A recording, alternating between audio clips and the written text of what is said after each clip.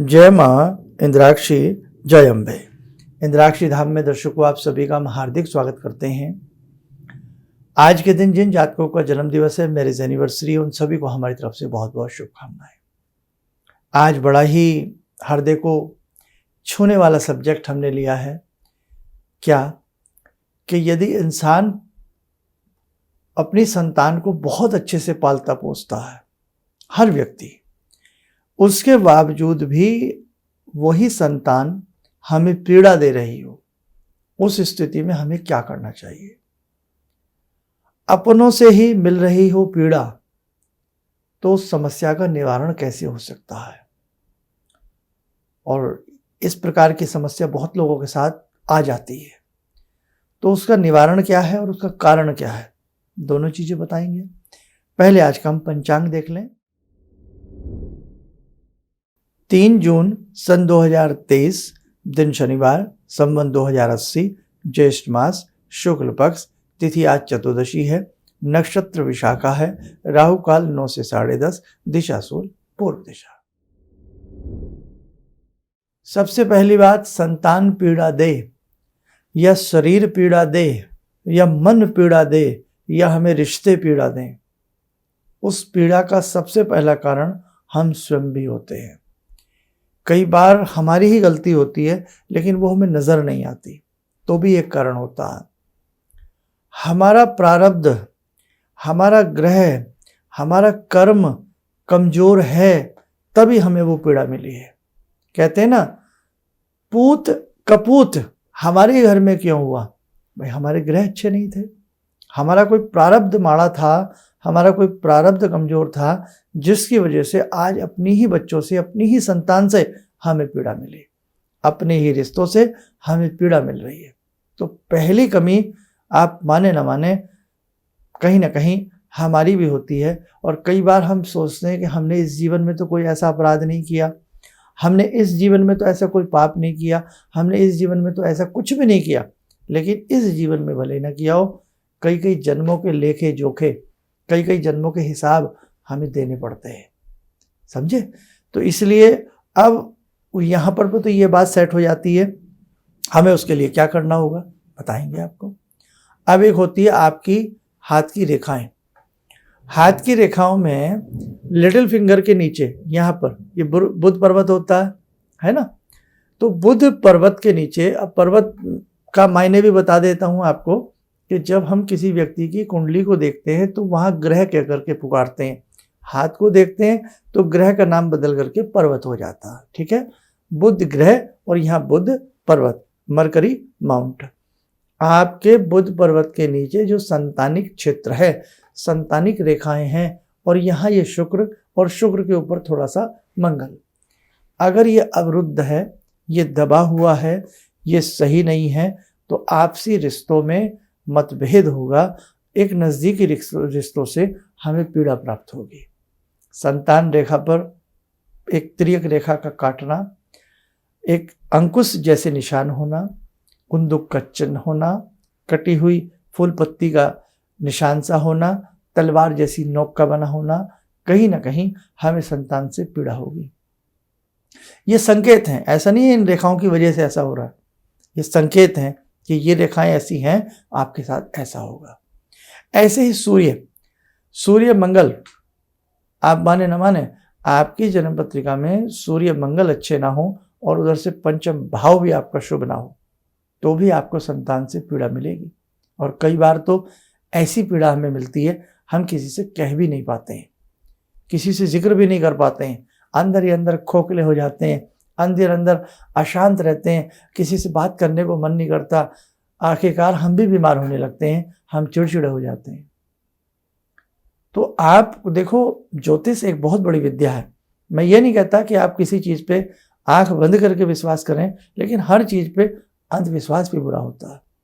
तो आपके आसपास यदि लगता है कि हाँ भाई इनको अच्छे नॉलेज है अपने सब्जेक्ट की, तो आप अपनी एक बार हाथ की रेखाएं वहाँ दिखाइए, और फिर उससे जो निकल करके आता है उसके आधार पर आप उपाय करिए।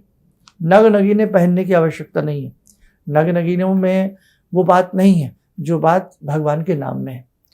आपको आपकी भक्ति बचाएगी, आपको आपका गुरु मंत्र बचाएगा, आपको आपका इष्ट मंत्र बचाएगा। ऐसी स्थिति में सारे रास्ते बंद हो जाएं, अपनी इष्ट को सुमरिए, अपने इष्ट को भजिए, अपनी देवी देवताओं को भजिए, अपने पितरों को तृप्त कीजिए, आपको अपने आप सुख मिल जाएगा। क्यों?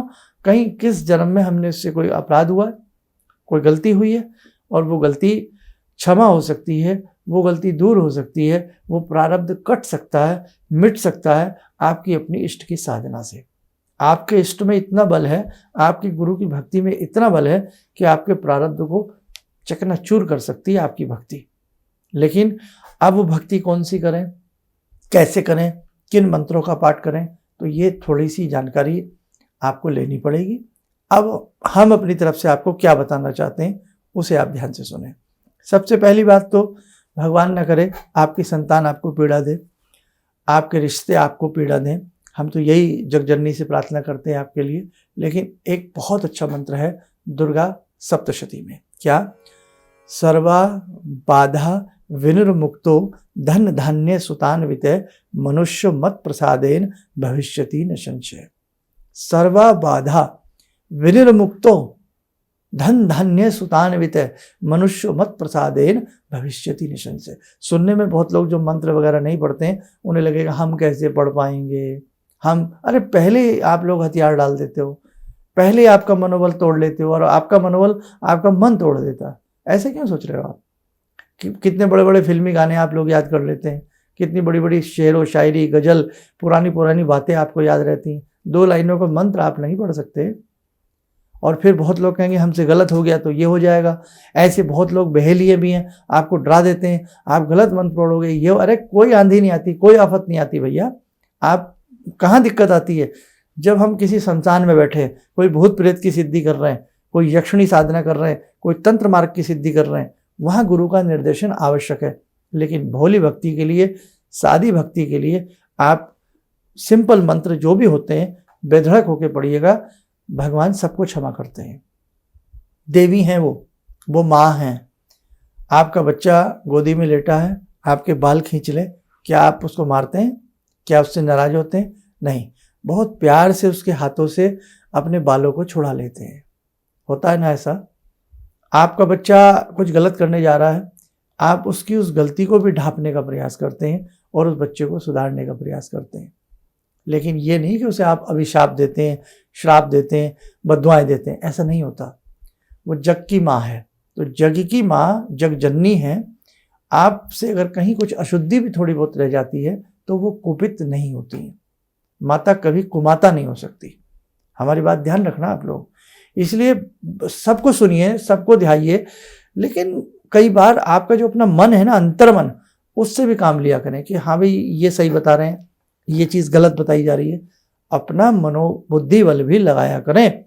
तो इसलिए आप जैसे माँ हैं, आप देखो ना आज जो ये टॉपिक चल रहा है किसके लिए चल रहा है? बच्चे लाइन पर नहीं हैं, हम अपने रिश्तों से हमें पीड़ा मिल रही है, तो क्या पीड़ा मिल रही है लेकिन हम चाह रहे हैं वो सही हो जाए। तो ऐसे ही आप माँ हैं, पिता हैं, भाई हैं, वैसे ही वो जगजननी है। तो वो भी चाहती है कि मेरे बच्चों का दुख दूर हो जाए, मेरे बच्चों की पीड़ा दूर हो जाए। इसीलिए तो पढ़ाया था सर्वा बाधा परशमनम, वो शत्रु के लिए, और सर्वा बाधा विनिर्मुक्तो धन धान्य सुतान्वित है। धन धान्य भी आपके कृपा से प्राप्त हो, सुतान्वित है। जहाँ संतान नहीं वहाँ संतान की प्राप्ति इस मंत्र से होती है, और जहाँ संतान है वो श्रेष्ठ मार्ग की तरफ चले, ऐसी आप भगवती से प्रार्थना कर रहे हैं। तो ये 2 लाइनों का मंत्र है, ये दुर्गा सप्तशती में आपको मिल जाएगा। और इस मंत्र को दुर्गा सप्तशती से ले लें, और इस मंत्र को आप अष्टमी से प्रारंभ करें, कृष्ण पक्ष की अष्टमी से। यहाँ शुक्ल पक्ष नहीं, कृष्ण पक्ष की अष्टमी से। कृष्ण पक्ष की अष्टमी से प्रारंभ करें, 5 माला करें, धूप दीप जलाएं, देवी माता के सामने ज्योत जलाएं, लाल रंग के चावल रंग करके अर्पण करें, लाल फूल चढ़ाएं, मिष्ठान का भोग लगाएं, और इस मंत्र को अनवरत तरीके से आप करते रहें 4-6 महीना करिए, साल भर करिए। मन ही मन जब मंत्र याद हो जाए तो इसी मंत्र को चलते फिरते उठते बैठते जपिए, आप चमत्कार देखिए। और जब बच्चों को खाना देना है या जो भी रिश्ता धूमिल हो गया है, आपके संग वो रहते हैं, आप इसी मंत्र को पढ़ करके उन्हें भोजन पानी जल आदि दिया करें। आपके सर्वा बाधा, सारी बाधाएं जगजननी की कृपा से दूर हो जाएंगी। तो बड़े बड़े चमत्कारिक, बड़े बड़े अलौकिक मंत्र हैं हमारे शास्त्रों में, यदि हम उन्हें करना चाहें तो। फिर भी आपको लगे कि हमारे लिए क्या स्पेशल मंत्र है, हम ही ऐसा क्या पढ़ें, हम ऐसे और क्या उपाय करें, तो उसके लिए मैं यही सुझाव दूंगा कि एक बार फिर आप टेलीफोनिक अपॉइंटमेंट हमसे लें, या कहीं भी आपके कोई निकटतम अच्छे हों, उनको नॉलेज हो अपने सब्जेक्ट की, उनसे आप वार्तालाप करें, फिर वो आपको बताएंगे आपको क्या करना चाहिए। लेकिन इतना ज़रूर कहूँगा, उपाय के रूप में आप मंत्र साधना करिए, चाहे छोटा सा मंत्र उनसे लीजिए, आप मंत्र साधना करिए। भारतीय सनातन धर्म, आप जानते हैं ना, कितने सारे उपनिषद हैं, वेद हैं, शास्त्र हैं, पुराण हैं, उपपुराण हैं, और उसके अलावा कितना विपुल साहित्य है, लेकिन सारा साहित्य भगवान के भजन करने के लिए ही बताता है। तो जब तक भजन नहीं करेंगे, भगवान का नाम नहीं लेंगे, हमारा बेड़ा पार नहीं हो सकता। आइए जुड़े आज की ध्यान साधना में, भगवती माता का ध्यान करें। समस्त जितने भी हमारे साधक हमें सुन रहे हैं, देख रहे हैं, हे भगवती, हे जगजननी, सबका आप कल्याण करें। ॐ सिन्दूरारुण विग्रहां त्रिनयनां माणिक्यमूले स्फुरात् स्तारानायकशेखरं स्मितमुखी भापेन वक्षोरुवां पाणिभ्यामलपूर्णरत्नचषकां रत्नोत्परां बिभ्रति सौम्यां रत्नघटस्थरक्तचरणां ध्यायेत्परां अम्बिकां खड्गं चक्रगदेषु चापपरिगान् शूलम्बुशुण्डिं शिरा शङ्खं संदधतीं करे स्त्रीनयनां सर्वाङ्गभूषावृताम् नीलासमद्युतिमास्य पाददशकां सेवे महाकालिकां यामास्तो स्वपितैहरो कमलजो हन्तुं मधुं कैटवम् विद्युद्दामसमप्रभां मृगपते स्कन्दस्थितां भीषणां कन्या विहकरवालखेटविलसा धस्ताविरासेवितां हस्तैश्चक्रगदाशिखेटविशिखां चापं गुणं तर्जनीं विप्राणामलिलात्मिकां शशिधरां दुर्गां त्रिनेत्रां भजे। कवच बना लें, ध्यान करें, भगवती की कृपा हम सबके ऊपर बरस रही है।